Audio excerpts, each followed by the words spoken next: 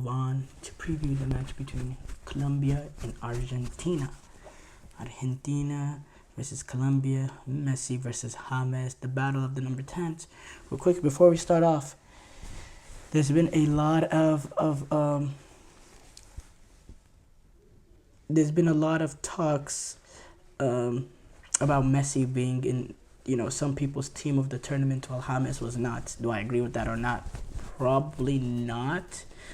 But I do want to defend Messi in the fact that his performances at this Copa America have not been as bad as what people are saying. Yes, he missed some opportunities in the group stages, no two ways about it. But in that Ecuador game, it was clear he was playing injured, and even though in the games that he's played for Argentina, he still has been the primary creating force for the team. And in that first half against Canada, you can't lie, he was absolutely brilliant. So, but yes, James should have been in the team at the tournament, but it's not even like for like. They put Messi on the wing. James, he's not a winger. You gotta question what one of the midfielders were doing in there. That's the real, gripe that people should have. But again, there's the Messi versus Ronaldo agenda, and there's all these Ronaldo fans out there, and they'll do anything to try to dismiss Messi being in a team of the tournament. So, yeah, it is what it is. But as far as this match between Colombia and Argentina, you got the defending World Cup champions that are here, and defending World Cup and Copa America champions that are here to defend their title. Lionel Messi is looking for his third international trophy with Argentina, and his third international trophy will come in a row. While James is looking for his first international trophy for Colombia after what's been a great Copa America for him, in a kind of a revival Copa America, because he has been really brilliant in this tournament with 6 assists. That's absolutely sensational. That's absolutely sensational. And he's had some big tournaments for Colombia at this Copa America. I believe he was really good for them at the last Copa America in the U.S. as well, despite his shoulder injury. What he did in the last in the World Cup in Brazil, he's been a big time player for Colombia, despite what his form has been at the club. He's been a big time player for Colombia, and yeah, hats off to him. And it'll be great for him to win his first Copa America. The storylines will be great either way. James Rodriguez getting to win his first Copa America for Colombia after being a great servant for the national team for such a long time, or Messi getting his third international trophy. And that's a great story in the fact that, bro, if you're, in 2020, before the Copa America to 2021, when you thought about Messi and Argentina, Messi's career for Argentina, it's pure sadness, it's pure pain. When you look at, what everyone thinks of is the retirement, the emotional retirement after losing the Copa America.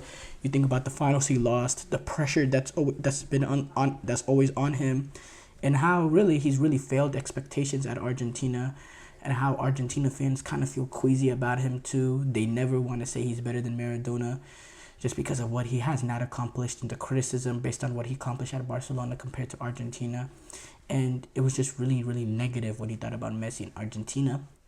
But as he went to PSG, and as his club situation kind of became a little bit toxic, a little bit rotten with what's going on in PSG, it seemed like Argentina kind of opened up when Argentina started becoming the safe space for Messi. And when Argentina became the safe space for Messi, the trophy started coming, because they immediately started winning a Copa America. Then they won the World Cup.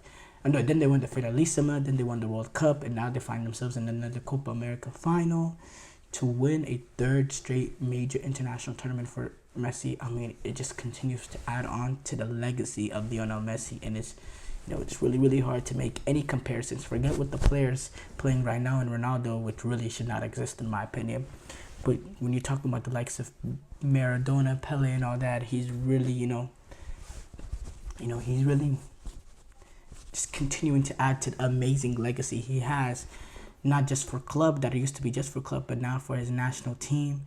The way he's adored, the way he goes back to Argentina, and the streets are just, you can't move. I mean, it just shows the impact he had. And trust me, those scenes would not have happened in 2018, 19 or so. Those kind of scenes would not have happened. But when you win a trophy for your people, man, the love and the adulation and He really is the greatest of all time, and he has an opportunity to continue on to add to his absolutely amazing legacy. Now, this is a very, very tight match between Colombia and Argentina. Really, really tight. Because of, Colombia, the ridiculous 28-game unbeaten streak entering the final. But also Argentina are defending World Cup and Copa America champions. They're an absolutely brilliant team, and it's hard. James Rodriguez, he's led the Copa America in assists with 6 assists. Colombia actually has scored 12 goals in 5 matches this tournament, which is a really good number. They're able to get goals. They're able to create on set pieces and open play. They got amazing players with flair like Luis Diaz. And yeah, keep in mind, Colombia has now lost in 28 matches. The last time that they lost was February 1, 2022. That's insane. Argentina, on the other hand, they're coming on ridiculous form too. They actually have only lost 3 games in the last 63 matches. And those 3 games that they lost was the semifinal to Brazil in 2019 Copa America, where Brazil actually ended up going to win it all. When they lost to Saudi Arabia in the World Cup opener in 2022. And I believe it's only 2, actually.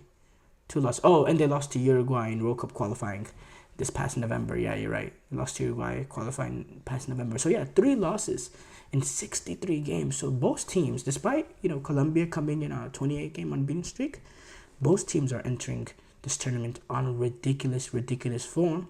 I think Argentina's are the favorite, kind of because of the pedigree of the team.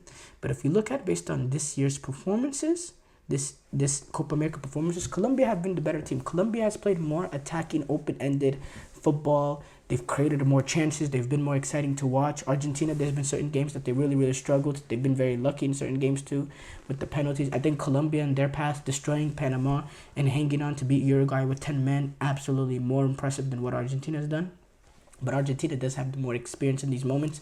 And if you have to compare what happened in the quarterfinal, in the semifinals, what Colombia had to go through against Uruguay, compared to what Argentina had to go through against Canada, that does give an advantage, a big advantage to Argentina, because what those two teams went through are completely different. Keep in mind, we had this Colombia-Argentina game at the last Copa America, and in the semifinal, and it was a penalty shootout. Colombia were a penalty shootout away from beating the team that went on to win the Copa America, and Colombia would have earned the right to play against Brazil in that final. So even back then, when Argentina were really at their best, it was a tight, cagey affair. And yeah, I'm excited to see this. I think this really could go either way. Argentina are favorites, yes, but I think Colombia,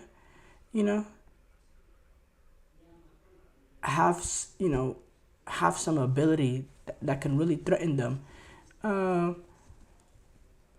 Colombia's attack, I think they'll give Argentina's backline some questions.